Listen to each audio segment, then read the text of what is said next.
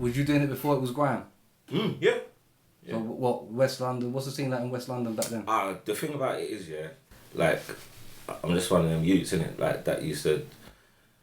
I was early on a lot of things, so if you ain't doing it in my area, I'm going to wherever you're doing it. Like, because basically, I didn't go to school in West London, I went to school in South London. So, I went to school, like, with Mr. C and all them man there.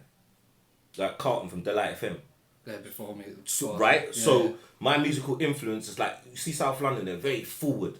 So, drum and bass, and that was what was going on in my school. I used to go to Hurlingham and Chelsea at the time. That's what was going on in my school.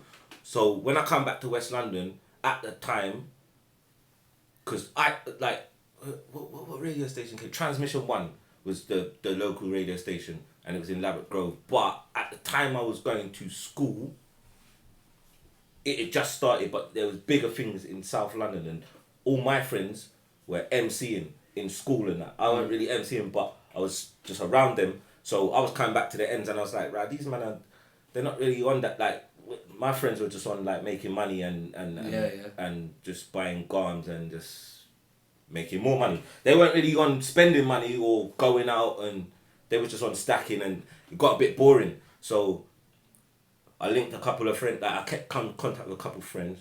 I was still going over there, but them lot over there was like doing drum and bass and stuff. And then so I used to just go up there and listen to like drum and bass and garage and all them type of things. I see you before. You said about your first gig at 14. Yeah. What was that? What was you spitting then? What was I spitting? What music would it have been then? What, like? Garage. Yeah. No, was it garage? Is that what you started on? No.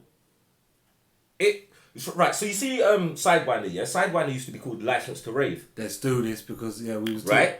Right, so at the time, I was doing... Right, so Chucky Online was the MC. He was the biggest MC. So this is what was mad. See, my brain's going backwards and forward. But now I'm thinking about it logically. Right, so my friends, they weren't on MCing at all, right? But the music was floating around the ends. Mm-hmm. And there were certain people that were doing the music. But dance music was not cool. It's still not cool. No, ragga was what's going on. Yes. So now I have to say it like that. But there was people like Chucky Online. Without cutting you up, you know who Chucky is, yeah? You know him as the guy on the podcast. Yeah. He was the biggest MC in our ends. Hands down, biggest MC in our ends. We weren't the biggest, was he? But he was. Hey, listen, don't make that joke. I can't even make that joke because he was better than me. And if there was no him, there would be no me. I'll explain that to you in a minute. But Chucky Online, he had a crew called the Fatal Attraction Crew. Chucky, Cheeky, Carty. Yeah, they're all cousins. And yeah, let's make a height joke. They all went up in size.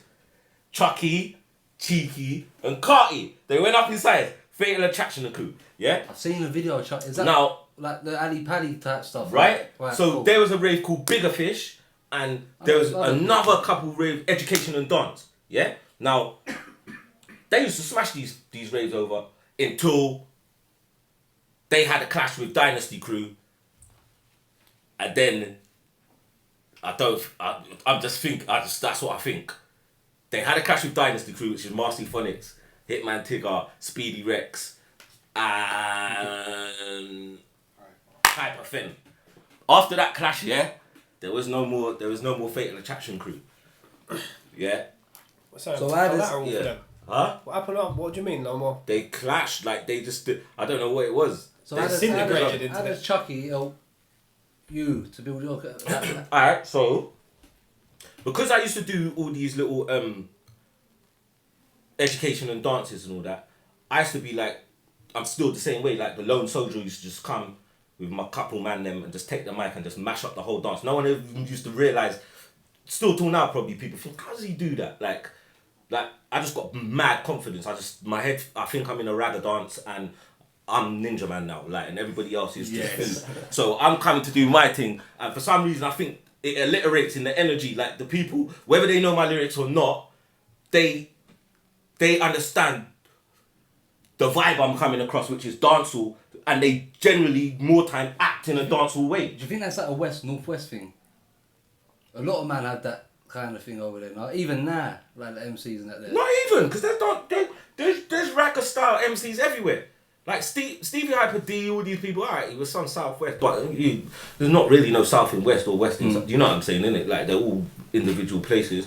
So, like, Navigator 50 Moose, they're from different areas, like Ragga Twins, different areas, Shadow Demon Coalition, other areas, Shabba, different place. Do you get what I mean? Yeah, like, five, like, every specialist, there's bare different guys in different pockets, yeah? So, I can't really say it's a West London thing at all. But was going about how Chucky helped. Right, so because he knew me from just coming and doing a mad thing, there is he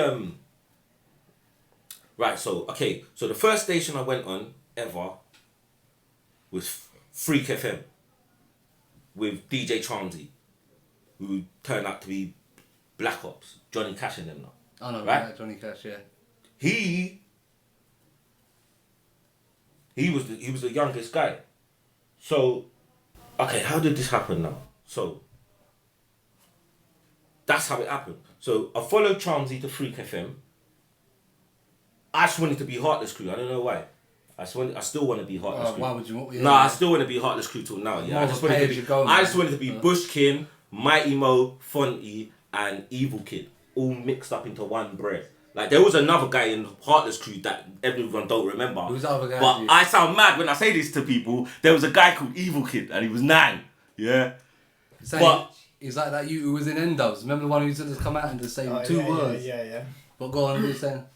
Evil Kid. I just wanted to be there all in a row. And to me, the Chris Biscuit thing that Fonty did, it made the music, I could justify it, I could bring the music back to the ends and say to the man, listen, are you listening to this? Well, you listen to that dance music. No, listen to this DJ. Cool. They'd accept it because it was mixing it with other genres and whatever. Yeah. So it'd get through to the man them sometime. I'm going to that rave there, and I think it was actually McMahon Promotions. So I think Rama had this. Rama owned the station at the time, and Rama was in Rama's kitchen. It was Rama's. No, forgive me. It was in Rama's mum's kitchen. What, the station? Yeah. Jesus. Rama's mum's kitchen. Yeah, the station's popped up. No, listen. One point, the station was in the bin shaft. Oh. It was in the bin shaft, yeah. No, you man have a heart for it, man. But you took it to a good level, I'll be honest. Yeah, pay your subs and go, fam, because you see Freak FM was the biggest, baddest station out there. And because Heartless Crew was on there, don't try it. That's where I'm going. I'm going there. I can't pay subs in there. Yeah, but I think Rama and McMahon Promotions was doing something, and before it turned into Sidewinder, it was licensed to rave, and that's where I got the booking from. And it was just a default booking. Like, it wasn't even, I think back then, I don't even think there was a room 2. So I got to play in the main... Yeah. in the main stage, and so I'd done that, and then I don't know which order it happened. At some point, I'd met Charlie Brown, and I thought I was going to be a garage MC, and then Charlie Brown died, and then nobody of that age wanted to hear me. Like, he used to have time. Yes, you. Like, he used to have time. After that, no, you're just, who are you? So then I've gone to Flex FM, and I think Chucky Online was on that station. Chucky Online, so by then, I told you they had a clash with Dynasty Crew, yeah?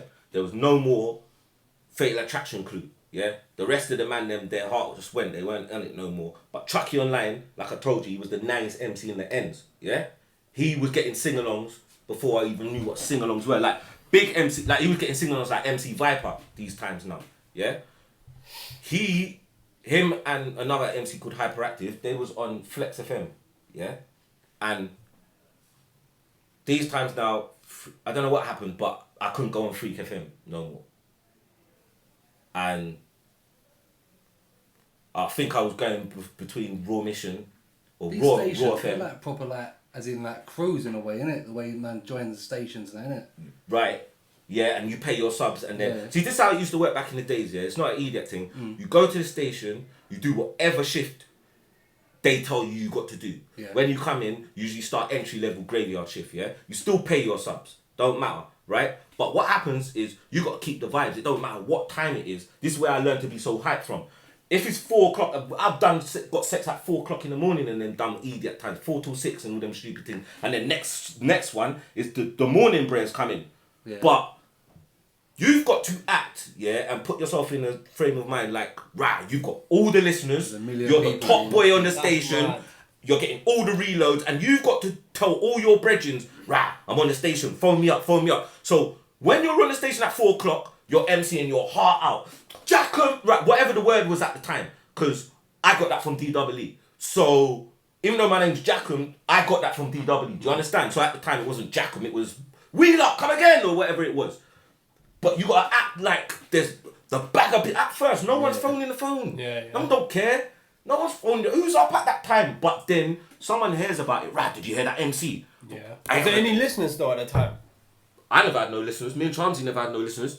And but then after Charmsy used to Charmsy was a youth as well. Charmsy used to have this Atari CPC 464.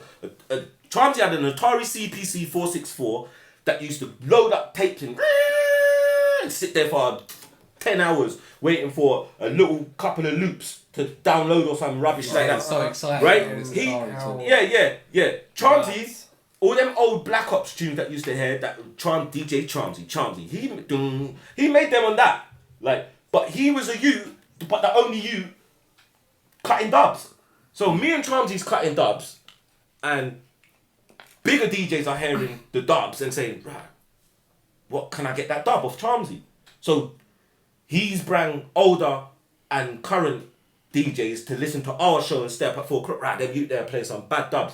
And I'm MCing them, doing my little weird style at the time. That's a weird up style, yeah? Like half sing, I have to sing more. I was like half singing and half not singing, but you worse. Where does that come from? Oh, because that is one of my questions. Worse. Because I said to these boys, I feel like you got one of the most used flows, as in it's yours, but other people use it in the Grim Sickers thing. That thing, that's yours, isn't it? Yeah. How do you feel about that being so used? Blessed them, innit? It's blessed.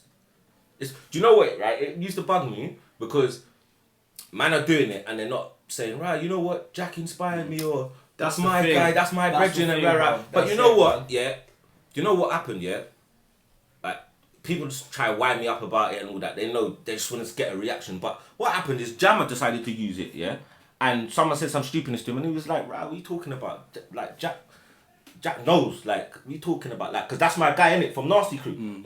Everyone can get inspired and do their thing. So I'm like, yeah, do you get me? That if anyone I want to do it, it's the man them.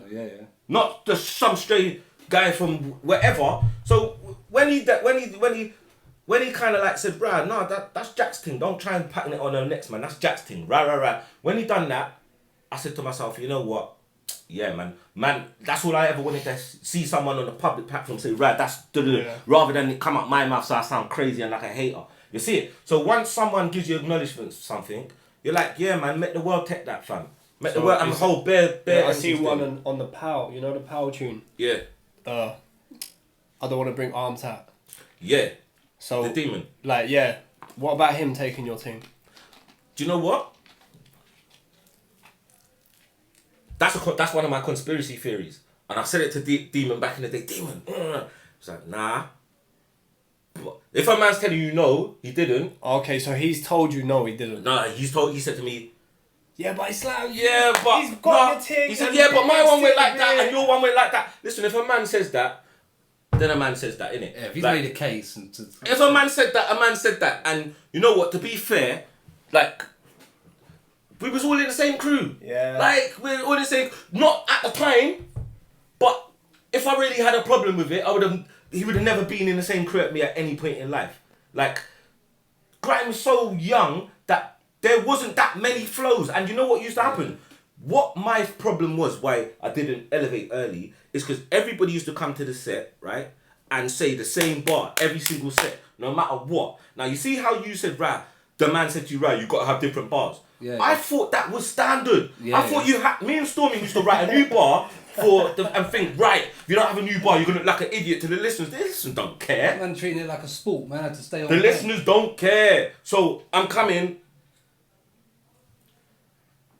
I'm spitting bare different flows on a set. If you listen to them old Deja ones, especially Young Man Standing, bare flows. Because I'm spitting after any MC. So when I'm spitting, I'm like, okay, trying to adapt to that. You see, I'm trying to give a good show. Yeah. I'm not necessarily trying to clash a man, I'm trying to have a good show.